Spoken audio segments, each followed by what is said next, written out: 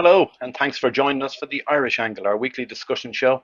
As usual, I've McMonagle and Johnny Ward here, and we're going to discuss all the things that happened in the last week. We might start off with a lot of things to go through, so we might start off with the big one that was announced just before last weekend. Is British racing is going to have a one-day strike on the 10th of September, where all four meetings that day have been cancelled and moved to other days, as a protest about the government in the UK are proposing to change the online taxing regime they have for online bookmakers, particularly around horse racing. It turns out that the normal thing that goes on here is bookmakers pay 15% tax on their horse racing betting, and they pay 21% on slots and casinos. And the British government is talking about merging them all into a 21% tax. So, in other words, an increase of 6% on the tax on horse racing. And the British Horse Racing Authority has been leading a campaign around this, saying, axe the racing tax. And now they're going to step it up by cancelling meetings on a day in September. What do you make of this, Johnny Ward? Yeah, hi Vinny. I would be concerned from the perspective of racing about this betting tax, and I don't really know if either the British or Irish jurisdictions, in terms of the government, I don't know if they understand how much betting is changing, and I feel in terms of our own gambling regulator here, people don't understand the perils facing racing on betting, from turnover checks, from affordability checks and general lack of turnover. Betting exchanges have collapsed in liquidity, like really collapsed. Um, it was interesting that a doggy man had a go at me at the races in a friendly way the other day about something I'd said about the horse racing and greyhound fund. But like I've made this point a million times, I don't see how greyhound racing is entitled to all this money, and even horse racing, when there's so much more betting on football now and other sports, and like football in Ireland gets nothing from betting compared to other sports. So stuff like that, we people in racing and the greyhound industry don't think much about that. But like the betting on racing is not guaranteed going forward, and people are increasingly betting on other sports, and bookmakers are increasingly kind of running away from it, or racing are just not really caring about it very much anymore. And you'll see shake-ups at Flutter and all of that with that in mind. The betting tax stuff, I'm just the Racing Post, and I write the Racing Post on League of Ireland. I do bits of work for the Racing Post. The Racing Post coverage of it has been a little bit kind of off-putting for me, in the sense that you read the first line in their piece today: British racing's unprecedented one-day strike next month to highlight the catastrophic damage harmonising online betting taxes would inflict on the sport. Like, that's really, really sensationalist language, and it's leading a campaign against the betting tax. And it even has a story today about a breeder in Ireland saying that Cork should get involved in that strike on the same day, which I'd imagine is never going to happen. And for me, is it's as much as we have to absolutely worry about what's going on in Britain, like we have to look after our own fixtures as well. And God knows, this course have enough meetings called off. I would worry about this going forward. I just feel like the Racing Post covering it in the way that it is, given that the Racing Post business model is so reliant on betting on the app and all of that, has me wondering, like, where will I get a more balanced kind of version of what's actually happening here? Because I know people in racing are very, very worried about this. But at the same time, I'm not sure it's as much of a concern as has been suggested in the Racing Post. Maybe I'm wrong. Yeah, well, just over to you, Em, on this one. We've got, according to the British Horse Racing Authority, they say 85,000 people or 85,000 jobs are supported by the industry in the UK. We think it's something like 30 odd thousand here, according to Horse Racing Ireland's Deloitte report and everything else. Out of that 85,000 in the UK, up to a few minutes ago, when I checked their petition that they want people to sign, the online petition, 10,500 signatures they've got. So it's not that big a deal for the people in the industry yet, is that they don't see that this is the problem with it, I suppose, that you're talking about people at the coal face, like you work in a yard, you're working in Paddy Toomey's, and you've all the people there.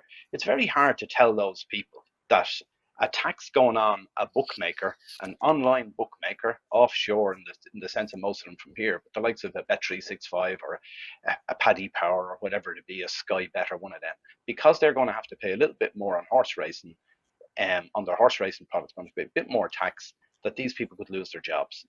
According to the BHA, they're saying in the first year alone, if this tax comes in, it'll cost 2,752 jobs will be at risk. So that's a huge amount of people in the UK straight away out of their 85,000 gone in a year. They're saying in 5 years it could be 330 million of revenue gone. Can you see how the people working in the industry don't connect those dots, or how does that work from your point of view?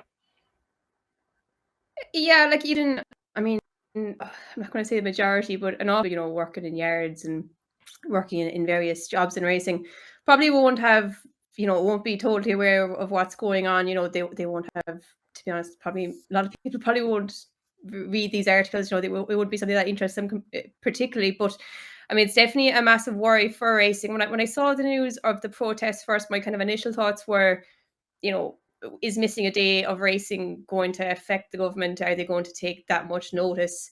Maybe not. Maybe the point you're making, that people maybe don't know what's going on, it'll maybe bring to the attention of the people working in racing. If there's a blank day in the calendar in England, the stable staff, the jockeys who might not have been taking note of this before might get more involved in the kind of lobbying process that the BHA are trying to raise with the government.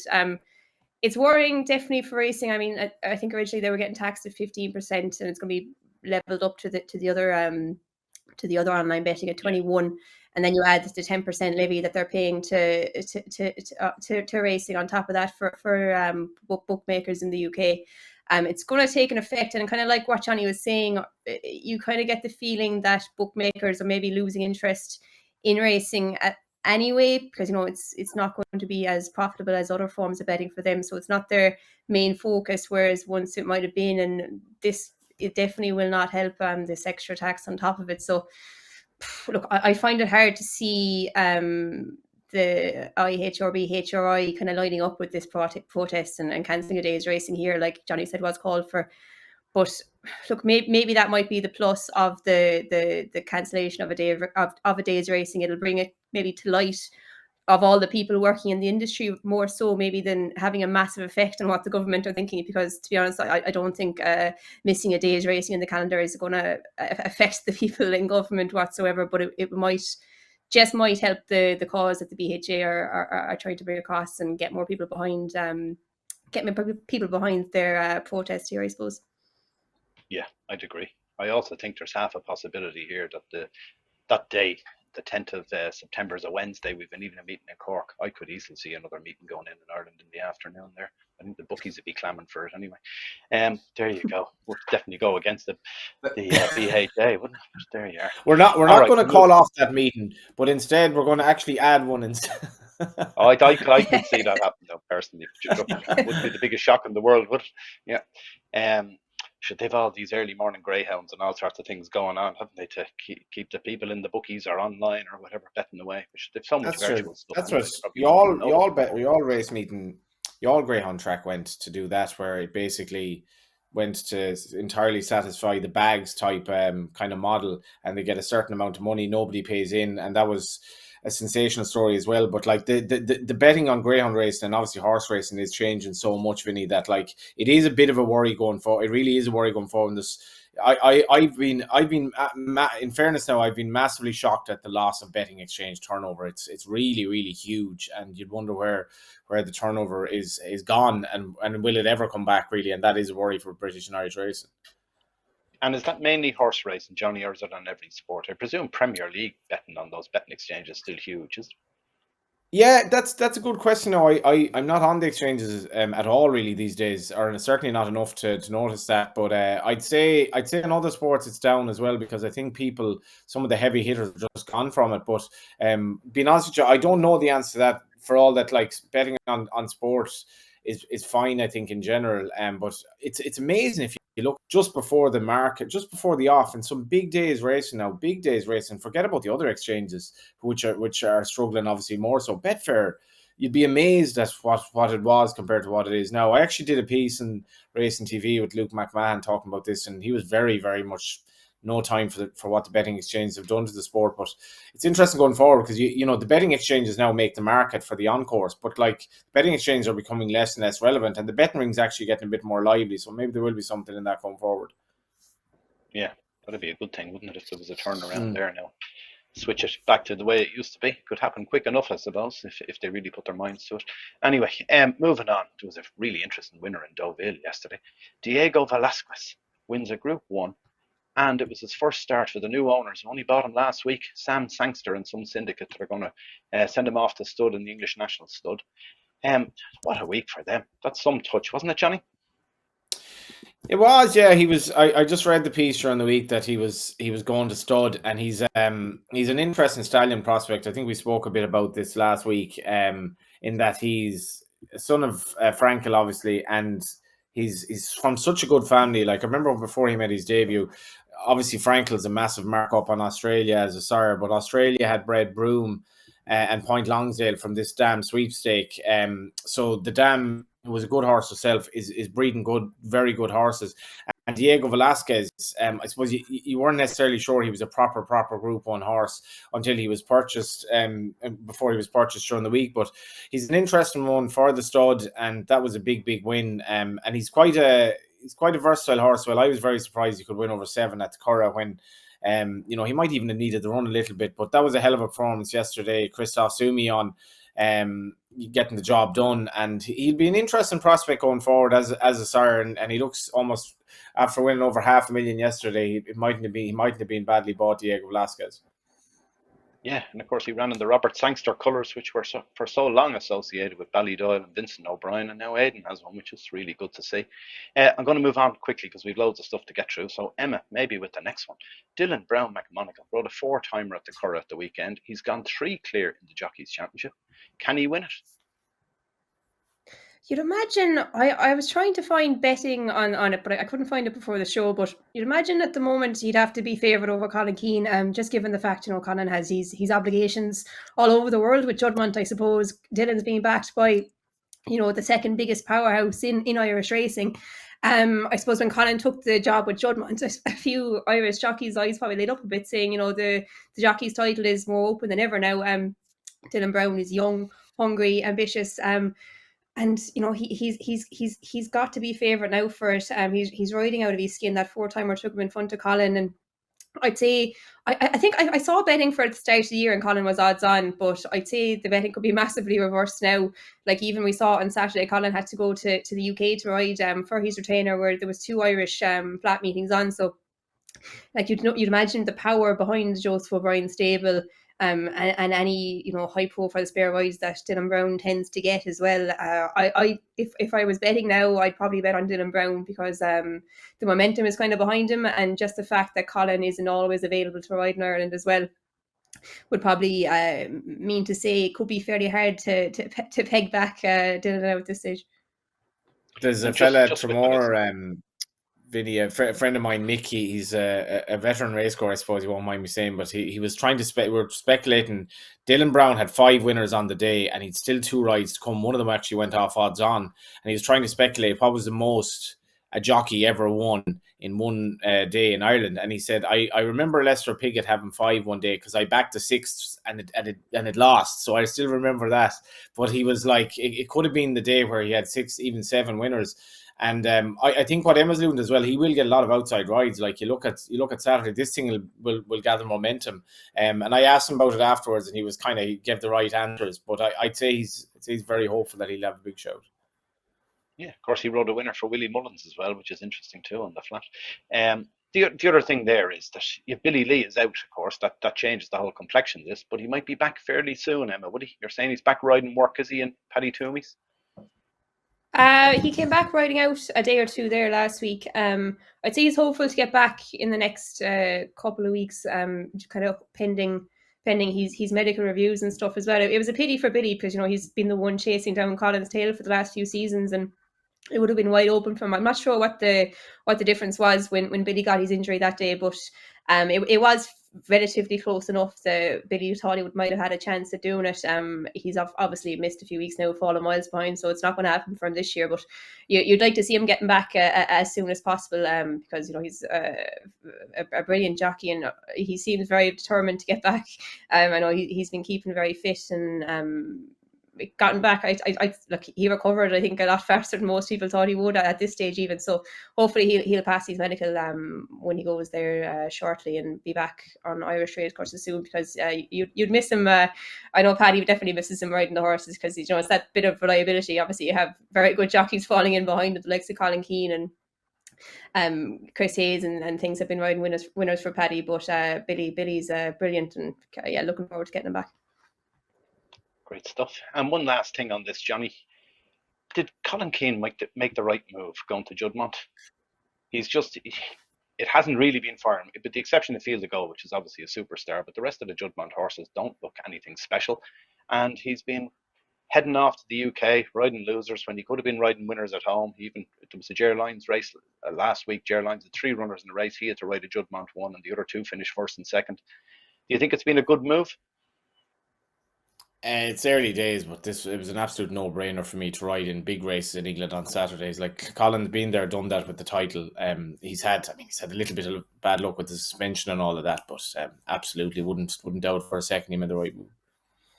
Great stuff. All right, yeah, I think we'll move on. But You think the same, Emma? Cribbin Colin for maybe not Cribbin Colin, but like he's been the best jockey in Ireland for I don't know how many times he's been champion jockey now, but to get to ride those horses on the international stage, likes the Field of Goal, I'd say it's not one he could have really turned down. Even look, if he loses the title, I don't think he'll be heartbroken if he picks up big winners for Juddmonte in the next couple of years. I think it's probably one. It definitely wasn't an easy decision for him to make, but you definitely, even if he loses Jockey Championship, you can't say it was a bad call for him. That's fair enough, yeah. All right. We'll move on. Galway Hurdle Appeal was dismissed there last week. What did you make of that, Johnny? Marginal decision in the first place anyway, reversing the first 2. Yeah, I was reading the Irish Field on the way to the races on Saturday, and I actually don't really remember a similar article that Mark Boylan wrote before, which was advertised on the front page of the paper. It was just a brilliant read. You felt like you were there, and Kevin Power interrogating and having a crossover with the unfortunate rider done a miler on the day. It was, you felt like you were in a sort of a court, and it was like, a really tough lawyer taking on a guy who, and it was like the to and fro from as relayed by Mark was really interesting.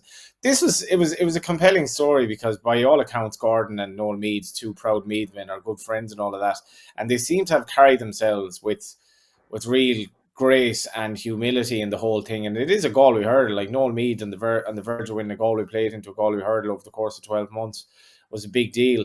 And I said it before, the things for me, even though the relevance of the drone footage was actually brought up in the inquiry, which again was quite interesting. I said it before, I love drone footage, and basically I think the right decision was made. And I think going forward, if they use this as a template for jockeys who could have done something but didn't in the heat of battle, that may or may not have reduced the chance of winning for the other horse, I think they should go with the jockey and horse who did nothing wrong if there's a doubt in general. But the other thing is, I thought Noel Mead was absolutely entitled to appeal, and that's kind of borne out in the inquiry, where they still seemed touch and go. But kudos to Mark Boylan. I thought it was a brilliant read. Great stuff, yeah. All right. More to go through. Another one. Colin Keane's dad, Ger Keane. Horse Mephisto, 3 wins in a week. I know we talk about horses running twice in Galway or whatever else down the years, but 1 win and 3 in a week is a fair achievement. 3 handicap hurdles as well. He's a fair trainer too, isn't he? Yeah, it's some going. I suppose people maybe worldwide got to see his exploits last year when he had the Royal Ascot winner with Crystal Black, and some like to get any horse to win 3 times in a week is fair going. But Mephisto, it wasn't a young unexposed horse. He had, I think, 59 runs over under rules coming up to the big week last week, and it was incredible, winning in Wexford, Ballinobe, and then on to Tramore again. Obviously carried the £7 penalty in Ballinobe, and then up £7 again for that win. Won again in Tramore, and some going. And I was reading Ger Keane's coach he was trying to figure out where he might go next.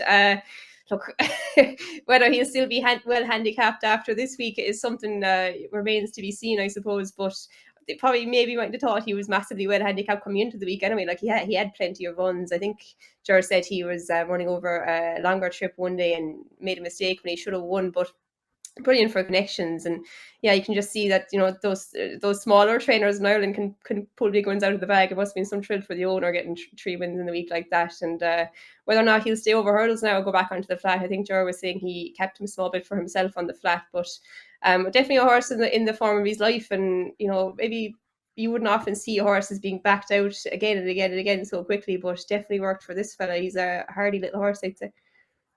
Yeah, you normally associate this with mares in foal this time of the year, but he's a gelding, so there you no excuses. Anyway, another one talking about geldings. Palladium Gold. Is that the name of the horse? Oh, Palladium, sorry. Was gelded. Cost 1.4 million. Won the German Derby last year and was bought to go to Nicky Henderson to go jumping. Unbeaten over hurdles, of course, but then it switched to Gosling's to go on the flat and has been beaten a few times there, running well in races. What do you make of this, Johnny? 1.4 million and you go and geld the colt. Yeah, I don't know the money that's paid. We see Ammo Racing spending 3 million on the Night of Thunder filly as well. Yeah, the Palladium one was an interesting one. In my from my experience, I suppose these top class flat horses don't really make it over jumps. But I suppose I was looking at the Derry City owners putting 2 million sterling into them this year, give or take. But he's a billionaire, and it's kind of like I suppose if you have the money, you can spend it. But I could spend it on better things, I think. Yeah, very good. All right, another one then. Lady Iman, Ger Lyons' good 2-year-old, has been supplemented for the Nunthorpe. What do you think of that? 2-year-olds taking on older horses? Yeah, it'll be interesting. A 2-year-old showing up against the older horses. I heard her getting interviewed after her winning Goodwood, and sounded as if it was definitely in the owner's race planning more so than his. But I think he was kind of gunning to go to America for the Breeders' Cup. It's something that he normally likes to do. But look, she'll be very, very dangerous, even taking on the older horses. I know it's tough, but she'll get loads of weight. They booked Joe Fanning, kind of a jockey who's well able to ride at those lower weights, and 2-year-olds have done it in the past. It'll be tough, but she's a speedball. She's very, very good over 5 furlongs, and I'd say she should have a massive shout. I don't think even maybe if it wasn't his actual idea, it sounded as if it might have been the owners, but I don't think he would be sending her there if he didn't think she could be bang there. So yeah, it'll be exciting, and there's a good strong Irish team of horses going over to York, so it'll be great racing. I love this, I have to say, Vinny. I think the three of the first 4 maybe in the market for the sprint are Irish trained, which is incredible, really, because we don't have and we haven't had proper sprinters in a long time. But a couple of things on this, like the O'Callaghan's obviously wanting to run the horse. This is exactly how it should be. The owner should be saying, "I want to run the horse here," and the trainer should say, "Well," and I love the fact Ger Lyons he's brilliant value in interviews. He's like, "Well, it's not really. I wouldn't be doing it, but the owner wants to do it. Perfect." So Ger, if it goes wrong, Ger will say, "To be honest, I wasn't mad in it anyway." And the owner has already said, "If it goes wrong, so what? Like, we're in it for the sport of it." But as a horse racing betting market, how can you deduce what chance this horse has as a 2-year-old filly? She's getting unbelievable amount of weight, but for me, a 2-year-old filly to take on these horses, it's almost outlandish that she could beat them. So how do you figure out where the weight actually will make the difference here? It's a really hard one to call. I'm surprised she's favourite, but there we go. I think it's been a great story so far, even without the horse running yet. Yeah, the 2-year-olds have won it before, and I think she's very, very good. So I'd be inclined to be on her side. We'll see what happens. York should be a cracking week anyway. All right, I'm going to ask you about a couple of other things. First one, Emma, you were in Deauville last weekend for the sales. How did that go? Did you buy many yourself? bit out of my price range now. Look, it was incredible. I'd never been to Deauville.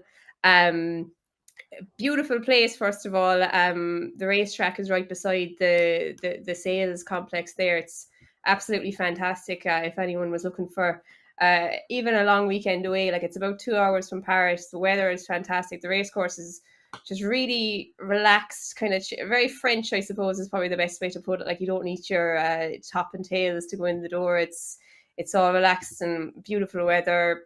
People very friendly, top class racing, can't fault it. And the sales were, I had never been to a sale like that before.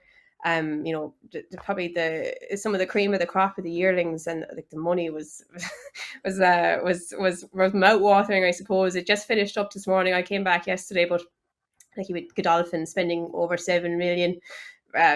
Coolmore over 4. Ammo Racing were strong again. Kia was back at it again, buying yearlings. So like it was really interesting to see how people operate at that top level. And yeah, it's one I'd recommend anyone, even if you're not going to buy, just go have a look, because it's interesting seeing it all go by. And yeah, really nice part of the country, and racing in Deauville, definitely one for the bucket list. Great stuff. Yeah, that sounds good. And then Johnny, last Tuesday you went to the launch of the Irish Champions Festival. You were one of the influencers there, I hear. Under the influencers. Um, I should say that I just on the O'Callaghan's as well. They stand Tally Ho obviously stands Starman, and this is like Starman's, the jewel in the crown of Starman so far, Lady Iman. So that's a big factor as well. I'd say like just massive for the sire if she could win a Group 1.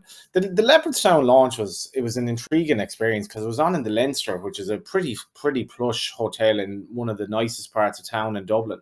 And the top drawer, the main guests were Vogue and Spencer. Yeah, I was rather than it probably being Aidan and Joseph was Vogue and Spencer, and it did get me thinking because HRI got criticised before for paying sort of influencers to promote Cheltenham, which obviously isn't an Irish meeting. But I suppose what I was there were very, very few journalists there. I think it's like that's kind of the way the media has gone, and maybe they didn't see much value in it. But I got infused with Aidan, Joseph, and Jessica Harrington that for me were well worth going in, and there were some goodie bags and some free cocktails as well for everyone who was there. But it was a real feeling of like influencers and like people of prominence there rather than it being a racing thing. And I suppose what's HRI's marketing here? Is it like how do they know if this is a success? It can't have been cheap. And will it be a success if Leopardstown sells out on the Saturday? And will it be a success if they massively inflate the Champions Weekend crowd? I don't know. Like, and I'm all for promoting racing, but it was interesting that Vogue was basically the main drawer. Not me, nor Aidan, nor Brian, nor Joseph, nor Jesse. Very good. But you enjoyed it all the same. I did. It was nice. It was kind of like, there were people there you wouldn't necessarily like. Hector was doing the MC. He was very, very good. Like just very natural with everyone. Ronan Whelan was there. Ronan was very good as well. And it was nice, but like Leopardstown, I understand Vicky Donnan is leaving Leopardstown from her interim role that she had there. Leopardstown is at its nadir in terms of flat racing for me, in terms of getting people going. I think this week is the last evening meeting of the year, and the evening meetings have become a farce really in terms of where they were at, and they've kind of marketed it as the night out with music afterwards, and that's a hard balance to strike because then you're charging people who want to go racing too much money who have no interest in the band. But like looking at the crowd in Tramore, it was 25 quid into Tramore for real run-of-the-mill flat racing, and there was a right good crowd there on Saturday as well as Friday. I wasn't there Friday, but Jesus Christ, Leopardstown have to do better, and whoever comes in and replaces Vicky, I mean, the Curragh might have upside in terms of, getting more people back racing. The Curragh is definitely trying. Jesus, Leopardstown has to do better. Fair enough. All right, we'll finish off with our horses to follow. I'll start off as usual. I'm going to go with one that didn't run last week. It was due to run, but it was taken out because she was in season, and I think she'll win soon in a handicap. She's called Sharason, and she's trained by John Fean. You might remember she landed a gamble at the Curragh in a maiden about 6 weeks ago, and then she ran in the Yeomanstown Stud listed race at Naas last month. She finished fifth there, so I thought it was a good run because behind her that day, the three horses that finished behind her were rated 102, 95 and 100, and she's after getting an initial rating of just 90. She's a full sister to Anno Sayo, is that the name that John Fean trained before as well? That reached a peak of 107, so you'd have to think there's a bit of room here off 90. I think she'll definitely win a handicap at some point in the next few weeks once she's over her in season. Emma, what caught your eye last week? I'll give one in Tramore. Johnny was actually down there. Ledecky for Paul Byrne won the opening maiden on the Saturday, 1.5 3-year-old fillies maiden.